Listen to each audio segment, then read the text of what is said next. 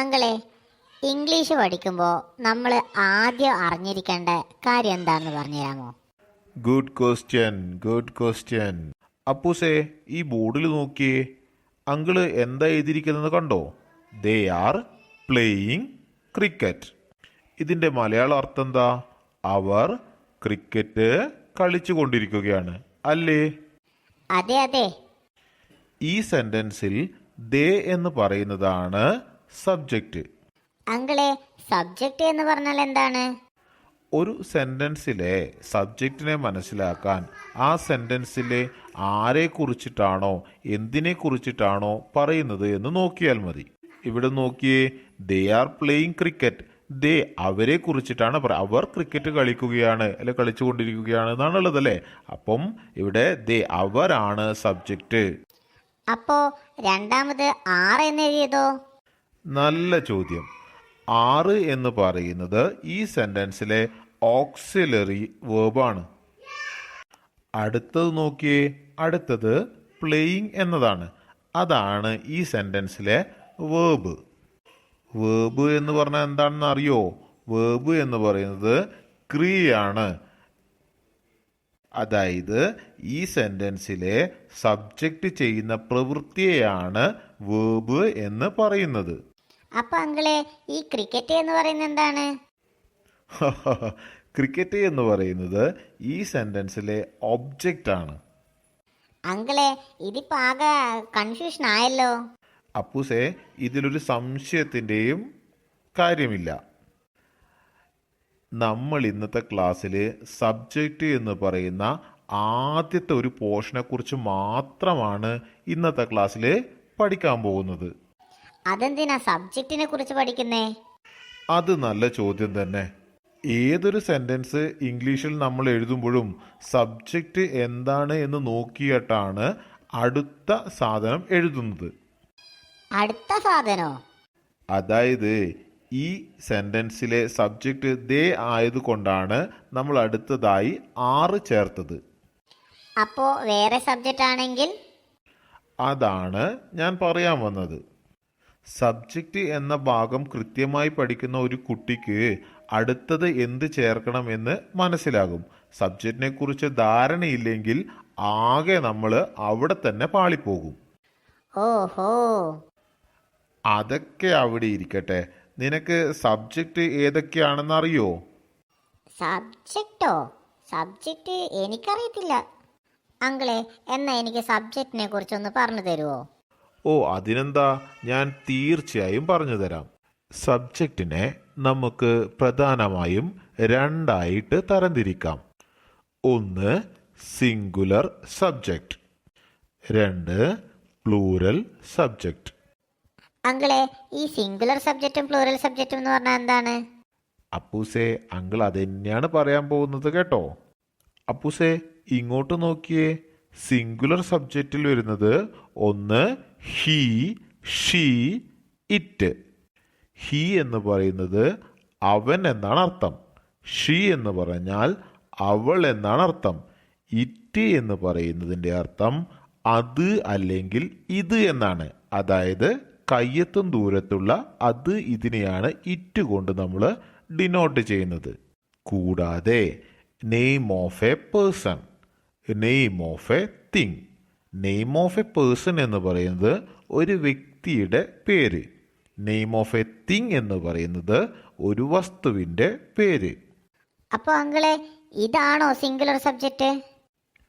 തീർച്ചയായും. Singular subject എന്ന് പറയുമ്പോൾ നമ്മളെ മനസ്സിൽ ഇത്രയും സാധനം ഉണ്ടായിരിക്കണം. He, she, it, name of a person, name of a thing. ഓഹോ, അങ്ങനെയാണല്ലേ. അതെ അതെ. നമ്മൾ പറയുന്ന കേട്ടിട്ടില്ലേ, സിംഗുലർ സബ്ജക്റ്റ് വരുമ്പോൾ വേർബിൻ്റെ എസ് ഫോം ചേർക്കണം, പ്ലൂറൽ സബ്ജക്റ്റ് വരുമ്പോൾ വേർബിൻ്റെ ബേസ് ഫോം ചേർക്കണം, അങ്ങനെയൊക്കെ പറയുന്നത് കേട്ടിട്ടുണ്ടോ? ആ, കേട്ടിട്ടുണ്ട്. ടീച്ചർ അങ്ങനെയൊക്കെ പറയുന്ന കേൾക്കാറുണ്ട്. അതാണ്, ടീച്ചർ പറയുന്നത് നമ്മൾ കേൾക്കും. കേട്ട് കഴിഞ്ഞാൽ നമുക്കിത് അറിയെങ്കിലല്ലേ അതിന് ശേഷമുള്ളത് ചേർക്കാൻ പറ്റുള്ളൂ. അതെ അതെ അങ്കിളെ, ടീച്ചർ പറയൊന്നും മനസ്സിലാവാറില്ല, അതുകൊണ്ട് പിന്നൊന്നും ചേർക്കാറുമില്ല. അപ്പോൾ ഇനി മനസ്സിലാകാതിരിക്കണ്ട, നമുക്കിതൊന്ന് കൃത്യമായി പഠിക്കാം. നമുക്ക് സിംഗുലർ സബ്ജക്റ്റ് എളുപ്പത്തിൽ ഓർക്കാൻ ഒരു വിദ്യയുണ്ട്.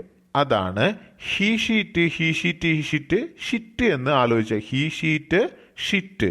കൂടാതെ ഒരാളുടെ പേര്, ഒരു വസ്തുവിൻ്റെ പേര്, ഇത്രയും കാര്യം ഓർത്തെടുത്താൽ സിംഗുലർ സബ്ജക്റ്റ് എന്ന ഭാഗം പൂർണ്ണമായും നമ്മൾ പഠിച്ചു. ഷിറ്റ് അത് നമ്മുടെ സുരേഷ് ഗോപിയുടെ ഡയലോഗല്ലേ? അതെ അതെ, കൊച്ചു കള്ളൻ പഠിച്ചു കളഞ്ഞല്ലോ. അങ്കിളെ, ഇനി എനിക്കെന്നാ പ്ലൂറൽ സബ്ജക്റ്റ് കൂടി പറഞ്ഞു തരുമോ? പ്ലൂറൽ സബ്ജക്റ്റിൽ വരുന്നത് നോക്കിയേ. ഐ എന്ന് പറഞ്ഞാൽ ഞാൻ. അടുത്തത് യുവിൻ്റെ അർത്ഥം അറിയോ? യുവിൻ്റെ അർത്ഥം നീ അല്ലെങ്കിൽ നിങ്ങൾ. ദേയുടെ അർത്ഥം എന്താ? അവർ. വീയുടെ അർത്ഥോ? ഞങ്ങൾ. കൂടാതെ name of more than a person, ഒന്നിൽ കൂടുതൽ ആളുകളുടെ പേര്.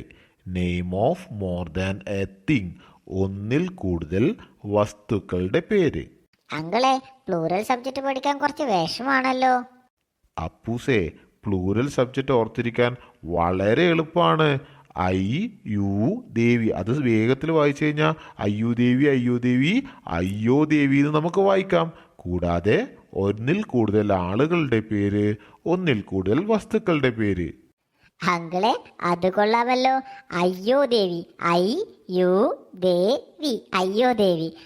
ഒന്നിൽ കൂടുതൽ ആളുകളുടെ പേര്, ഒന്നിൽ കൂടുതൽ വസ്തുക്കളുടെ പേര്. അപ്പോൾ അപ്പൂസിന് സിംഗുലർ സബ്ജക്റ്റ് ഏതൊക്കെയാണെന്നും പ്ലൂറൽ സബ്ജക്റ്റ് ഏതൊക്കെയാണെന്നും മനസ്സിലായി കാണുമല്ലോ.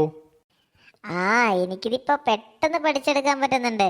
സിംഗുലർ സബ്ജക്റ്റ് എന്ന് പറയുന്നത് ഷിറ്റ്, ഹി ഷീ ഇറ്റ്. പിന്നെ ഒരാളുടെ പേര്, ഒരു വസ്തുവിന്റെ പേര്. വെരി ഗുഡ്, അപ്പൂസ് പഠിച്ചല്ലേ? ഞാൻ പഠിച്ചല്ലോ. ഇനി പ്ലൂറൽ സബ്ജക്റ്റ്. പ്ലൂറൽ സബ്ജക്റ്റ് അയ്യോ ദേവി, ഐ യു ദേവി. കൂടാതെ ഒന്നിൽ കൂടുതൽ ആളുകളുടെ പേര്, ഒന്നിൽ കൂടുതൽ വസ്തുക്കളുടെ പേര്. ഞാനിപ്പോ ശരിക്കും പഠിച്ചു കേട്ടോ. അപ്പോൾ അപ്പൂസേ, ഇനി സബ്ജക്റ്റ് എന്ന് കേൾക്കുമ്പോൾ നമ്മുടെ മനസ്സിൽ എന്തൊക്കെ വരണം? സബ്ജക്റ്റിനെ രണ്ടായി തരംതിരിക്കാം. അത് സിംഗുലർ സബ്ജക്റ്റ്, പ്ലൂറൽ സബ്ജക്റ്റ് എന്നിങ്ങനെയാണ്. കൂടാതെ സിംഗുലർ സബ്ജക്റ്റിൽ എന്തൊക്കെ വരും? He she it, name of a person, name of a thing.